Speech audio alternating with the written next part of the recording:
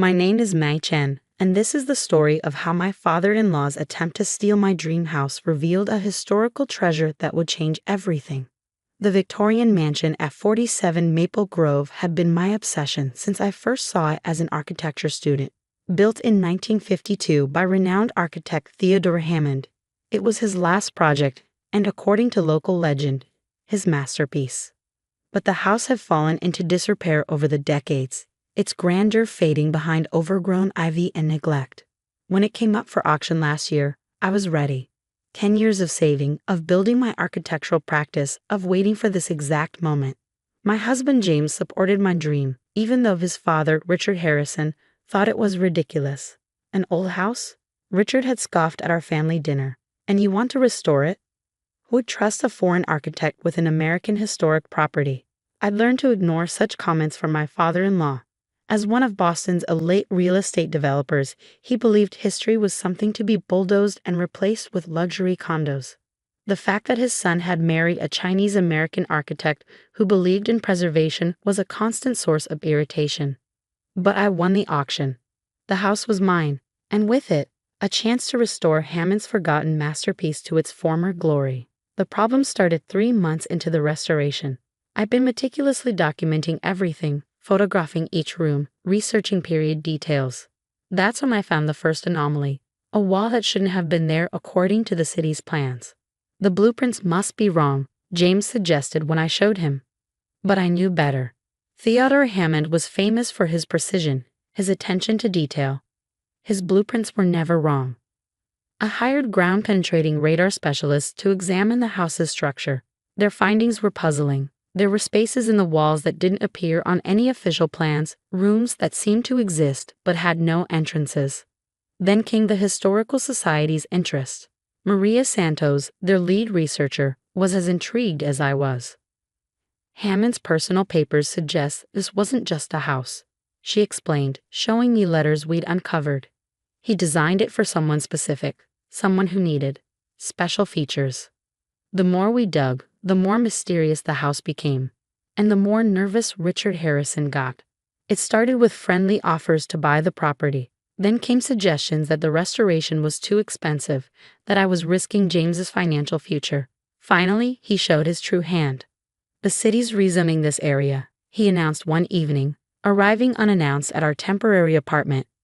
Prime location for my new development project. 40 luxury units. The old house has to go.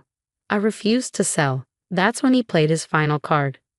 James, he said, turning to my husband, it's time to choose. Your inheritance or your wife's foolish dream. I watched my husband's face pale. The Harrison family money was substantial, and Richard had always used it as a leash to control his children. But what Richard didn't know was that I discovered something in the house's hidden spaces, something that made his threats meaningless. 2 days earlier, Maria and I had found a hidden door behind the library's oak paneling. Behind it was a room that didn't exist on any official plans, and inside that room was a safe containing Theodore Hammond's personal documents about the house. The truth was astonishing. The mansion hadn't just been Hammond's last project. It had been built as a safe house for the Underground Railroad, designed with hidden rooms and escape routes that were still intact. The 1952 construction had been a careful preservation of the original 1850s structure, disguised as a new build to protect its secrets. The Historical Society was already preparing the paperwork for National Historic Landmark status. Once approved, the house would be protected from any development. But before we could file the paperwork, Richard made his move. Sign this, he demanded, throwing a document on our table. Sell the house to my development company for $1, or James loses everything. His inheritance, his position in the family business, everything. I looked at James, saw the conflict in his eyes. It's not worth losing your family over, he whispered. So I signed. Richard's triumphant smile as he clutched the paper was almost comical. He didn't even bother to read the full document, too eager to claim his victory. Clear out your things by Monday, he ordered. The demolition crew arrives Tuesday. After he left, James turned to me in despair. I'm so sorry, May. I never thought he'd go this far. I hugged him, smiling despite everything. Don't worry, your father really should learn to read contracts more carefully. Because what Richard didn't know was that I'd sold him more than just a house. I'd sold him a historical landmark application already in process, a property about to become federally protected, and evidence of his own attempted fraud in trying to destroy a critical piece of American history. Monday was going to be very interesting indeed. Monday morning dawned bright and clear. I stood on the mansion's front steps with Maria Santos and a team from the Historical Society, watching Richard Harrison's Mercedes pull up to the curb. His demolition crew waited in their trucks behind him, ready to begin destroying history. "What's all this?" Richard demanded, stalking up the walkway. "I thought I told you to clear out." Actually, Maria stepped forward. "Mrs. Chen invited us to document the official declaration of 47 Maple Grove as a National Historic Landmark." Richard's face reddened. "What are you talking about? I own this property." "Yes," I agreed pleasantly, "you do. Congratulations on purchasing one of the most significant Underground Railroad sites in New England." I handed him a thick folder containing Hammond's original documents, the Historical Society's findings, and most importantly, the federal protection order that had been expedited once we'd proven the house's historical significance. "This is impossible," Richard sputtered, flipping through the pages. "The house was built in 1952.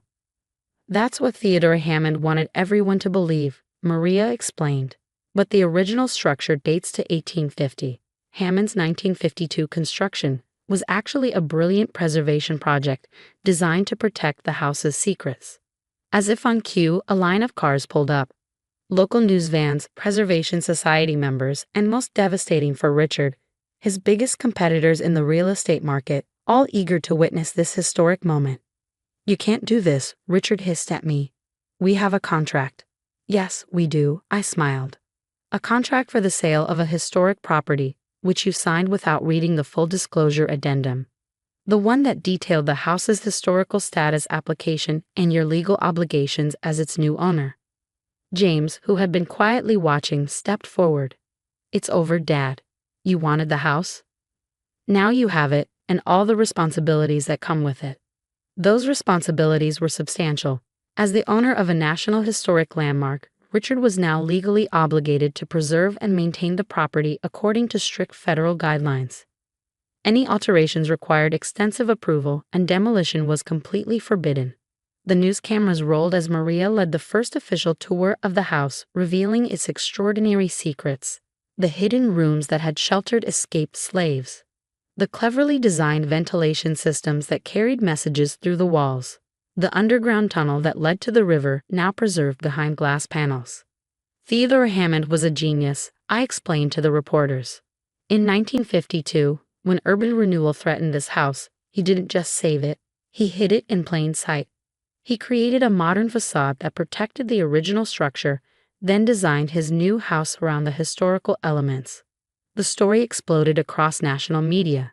"Hidden history discovered. Underground Railroad station preserved in plain sight," read the headlines. Architectural magazines clamored for interviews about Hammond's innovative preservation techniques. Historical societies praised the perfect marriage of 1850s courage and 1950s ingenuity. Richard, trapped by his own greed, watched his development dreams crumble. The property he'd schemed to acquire for $1 was now worth millions, but as a museum and historical site, not as real estate. The final blow came from his own board of directors. They saw an opportunity in this PR disaster. "Think about it," his CEO suggested. "Harrison Development, protector of historical treasures. We could renovate the carriage house into a visitor center, sponsor educational programs. The publicity would be worth more than any luxury condo project." 6 months later, I stood in Theodore Hammond's hidden library, now restored to its original glory, watching visitors marvel at the architectural details I'd helped preserve. The house had become a symbol of both historical resistance and modern preservation. Richard, surprisingly, had embraced his new role as custodian of history, after his board made it clear his position depended on it. He even funded a scholarship for architectural students focusing on historical preservation. "You knew this would happen," James said one evening as we watched the sunset from the house's restored Widow's Walk. "When you signed that contract, you knew exactly how it would play out." I smiled, remembering Hammond's words in his personal journal, which we'd found in the hidden safe. Architecture isn't just about buildings. It's about protecting the stories our walls have witnessed, the truths they've sheltered, the lives they've saved. The house continues to reveal its secrets. Each restoration project uncovers new details about its role in history. Descendants of people who passed through its hidden rooms during their journey to freedom have come forward with stories preserved in family histories. We maintained our apartment in the renovated carriage house, where I run my architectural practice specializing in historical preservation. The firm's reputation soared after the Hammond House discovery, and we now consult on preservation projects across the country. Richard and I have reached an understanding of sorts. He's learned that not all value can be measured in square footage and profit margins. Sometimes the greatest worth lies in the stories our buildings tell, the histories they preserve, the legacies they protect. Last week, he actually asked my opinion on another historic property his company is considering preserving. "We need to do this right," he said, without a trace of his former condescension. The history matters. The Hammond House stands proud on Maple Grove, its secrets now celebrated instead of hidden. School groups tour the underground passages, historians study its innovative design, and architecture students sketch its clever solutions to the challenge of hiding freedom seekers in plain sight. As for me, I got my dream house after all, not as an owner, but as its lead preservation architect. Every morning, I walk through its halls, touching the walls that have sheltered so many secrets, feeling the weight of the stories they still have to tell. Theodore Hammond's last project wasn't just a house. It was a bridge between centuries, a testament to the power of architecture to protect not just people, but truth itself. His genius lay not in creating something new, but in preserving something precious in a way that would outlast its enemies.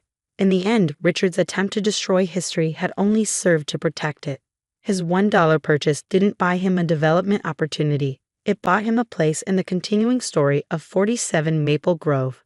A story that began with the courage of the Underground Railroad and continues with each new generation that discovers its secrets.